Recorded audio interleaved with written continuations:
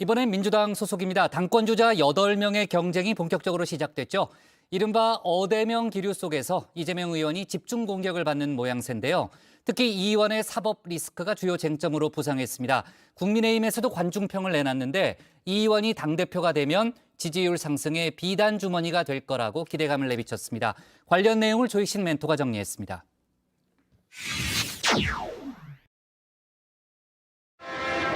나 다시 돌아갈래!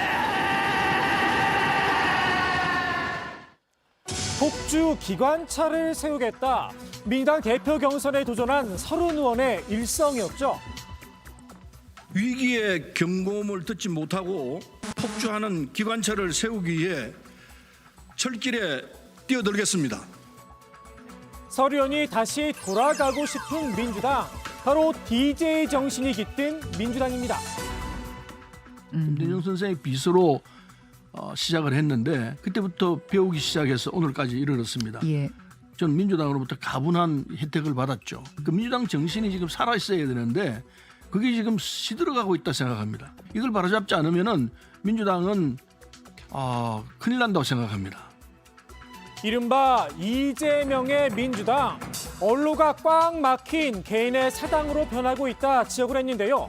공천 학살 가능성까지 언급을 했습니다. 개딸이나 이런 사람 주장하는 거 보면은 그 뭐 학살 수준이 아니고 뭐든지 하겠다 이런 입장이에요. 뭐 수박들 다 박살내야 한다 뭐 이런 시각이죠. 역시 비명계로 최고위원에 도전을 했죠. 윤영찬 의원도 DJ를 거론하며 당내 민주주의 문제를 꼬집었습니다. 우리 김대중 대통령 때부터 민주당을 지켜봤지만 예. 이 사당화의 이 위험성이 상당히 있다고 생각하고요. 민주주의적인 질서와 그다음에 제도적인 과정 이런 부분들이 굉장히 흐려진 부분이 있습니다. 어떻게 인천 개항에 공천이 된 것인지, 예. 박지원 비대위원장은 어떻게 누가 데려온 것인지 이런 부분들이 아직도 이 명확하게 드러나지 않고 있죠. 아이러니하게도 이재명 의원 역시 DJ 정신을 강조했죠. 당권 도전을 선언한 뒤 첫 일정으로 김대중 전 대통령 묘역을 참배했는데요. 김대중 대통령께서는 그 긴 세월을 탄압받고 정적으로부터 공격당하면서도 결국 통합의 정신으로 유능함을 증명해서 국가의 수평적 정권 교체라는 큰 역사를 만들어냈습니다.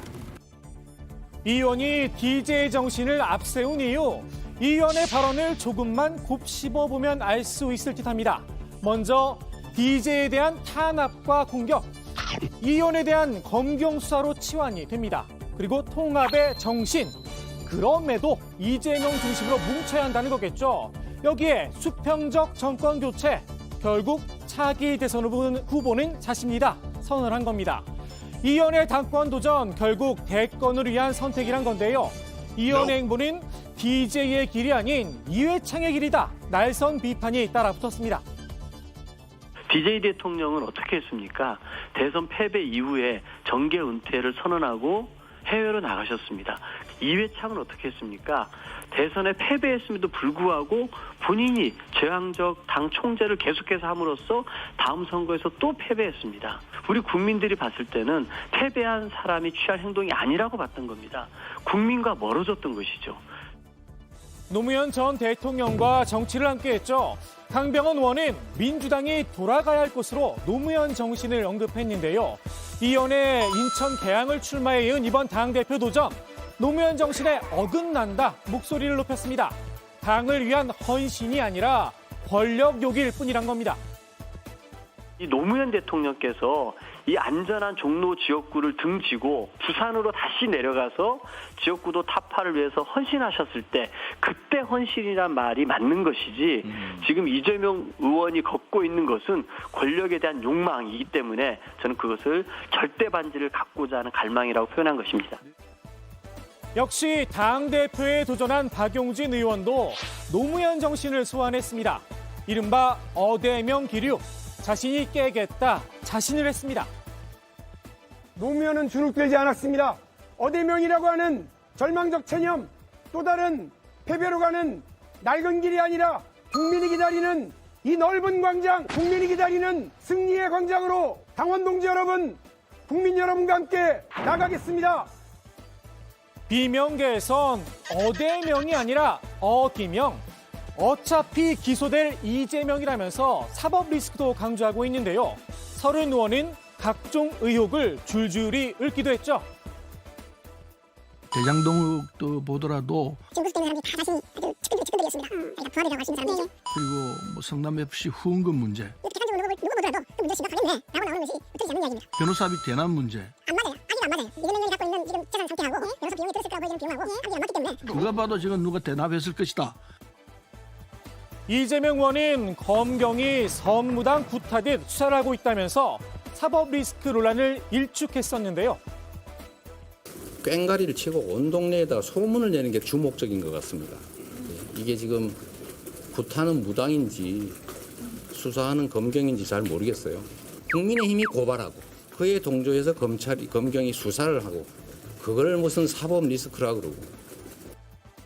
이 의원에게 당대표 후보를 양보했다고 하죠. 최고위원회에 도전한 정청래 의원도 정치적 금도를 넘었다 나를 세웠습니다. 당 안에 있는 분들이 김대중은 빨갱이냐 그리고 손절합니까? 같이 싸웠죠. 그렇죠. 그리고 노무현 대통령이 부당한 검찰 수사 받을 때 네네. 그때하고 비슷한 거예요 이게. 네. 노무현 대통령이 서거 후에 우리가 얼마나 많이 울었습니까? 지몬미. 무소속 민영배 의원은 여기서 한 발 더 나가 비명계 후보들에게 역공도 취했습니다. 친일파라면 사법 리스크가 없을 것이다. 그런데 그것이 무슨 자랑이라도 되는 것인가? 독립군에게는 사법 리스크가 있을 수밖에 없다. 그것이 독립군 잘못인가? 이 의원을 독립군의 비명계를 친일파에 빗댄 건데요. 비명계와 달리 이 의원은 윤석열 대통령과 치열하게 싸워 사법 리스크가 있을 수밖에 없다는 겁니다. 글쎄요, 당장 비명계에선 법인카드로 소고기 사먹는 것도 독립운동의 일환이었냐 반박에 나섰죠. 선무당의 굿이 아니라 실체도 있다는 겁니다. 이 법인카드 문제 같은 경우는 지난 대선에 불거졌던 문제입니다. 그렇죠. 예. 이거는 이재명 의원께서 이 대선에 출마하신 이후에 다음 대선을 준비하고 있었고 경기도지사 시절에 있었던 부인의 문제 아닙니까? 예. 근데 이거 같은 경우가 없는 걸 만들어낸 갑자기 급조된 안개와 같은 게 아니지 않습니까? 정치권에선 이 의원이 당 대표가 된 상황에서 기소만 되더라도 민주당은 정치적 리스크를 떠안을 수밖에 없다는 이야기가 나오는데요. 당장 대표직 유지 문제를 놓고 내홍에 휩싸일 수 있습니다. 이재명 후보의 사법적인 리스크에 대해서 이재명 후보는 상처가 날 수밖에 없고 민주당 당원 80조에 의해서 당대표가 되더라도 만약 기소가 된다면 당대표의 직무가 정지돼요. 그러면은 이것은 민주당의 리스크가 이재명 리스크가 민주당 리스크가 된다라고 말씀드립니다. 민주당 당원 80조 제1항 부정부패와 관련한 법 위반 혐의로 기소된 각급 당직자의 직무를 기소와 동시에 정지한다 이렇게 명시가 되어 있습니다. 문제는 80조 3항인데요. 정치 탄압 등 부당한 이유가 인정이 되는 경우 윤리심판원 의결을 거쳐서 징계 처분을 취소 또는 정지할 수 있다 이렇게 되어 있습니다. 정치 탄압이냐 아니냐 윤리심판원의 결정을 놓고 친명계와 비명계의 치열한 다툼이 벌어질 수 있는 겁니다. 국민의힘 이준석 대표의 징계를 보며 민당이 먹었던 팝콘 국민의힘이라고 즐기지 말라는 법은 없겠죠. 친명계에서도 이 의원의 기소 가능성을 부인하진 않았습니다. 다만 다 이겨낼 거다. 강한 자신감을 드러냈습니다. 뇌피셜입니다. 배임이나 직무유기, 직권남용 이런 걸로 기소는 할 수 있겠다 무리하게. 네. 근데 나중에 이것이 네. 무죄가 나고 아무 문제가 없다고 생각하면 네. 오히려 그 윤석열 정권에서 이재명을 네. 아무도 흔들 수 없는 천하무적으로 키워주는 거다. 오히려 그렇게- 마징가 네. 제트가 되는 거예요. 그렇죠. 로봇 태권브이. 이제 아무도 못 건드는 거예요. 네. 반면 비명계에선 이 의원의 사법 리스크가 국민의힘엔 꽃놀이패가 될 수 있다는 입장인데요. 이 정치공학적으로 볼 때 집권 여당 입장에서는 이재명 의원이 당 대표가 되는 게 참 좋은 입장일 거라 생각합니다. 말하자면 정확히 표현을 하자면은 바둑에서 꽃놀이패라는 게 있는데 네. 그 입장으로서 할 거라고 봅니다. 국민의힘도 기대감을 숨기지는 않았습니다. 이재명 의원이 당대표가 되면 국민의힘 입장에서는 약간 비단 주머니예요. 사실 이제 윤석열 정부와 국민의힘의 반등 카드가 뭐냐 사실 뚜렷하지가 않은 상황인데 유일하게 기대하고 있는 카드가 이재명 의원이 당대표가 되는 겁니다.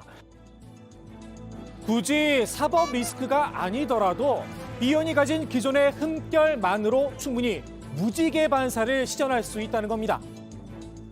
항상 반박 사례로서 이재명 의원의 사례를 들을 수 있습니다. 음주운전과 관련된 공격에서도 이재명 의원을 들을 수 있고 사적 채용과 관련돼서도 공무원 사적 채용의 얘기가 이재명 의원에 들을 수 있고 이미 국민들께서 알고 계시는 흠들이 너무 많기 때문에 국민의 입장에서는 뭔가 공격하기도 굉장히 좋고 만취 운전이 도마에 올랐던 박순애 교육부 장관이 대표적이겠죠. 사법 리스크 여기에 국민의힘 꽃놀이패 논란 결국 당권에 도전한 이 의원이 직접 풀어야 할 숙제인데요. 결과는 어대명이라도 정치적 상처는 최소화해야겠죠. 오늘의 톡소는 한마디 이 의원의 출마 선언문으로 대신합니다. 많은 분들이 저의 정치적 미래를 우려하며 당대표 도전에 반대 의사를 표명하셨습니다.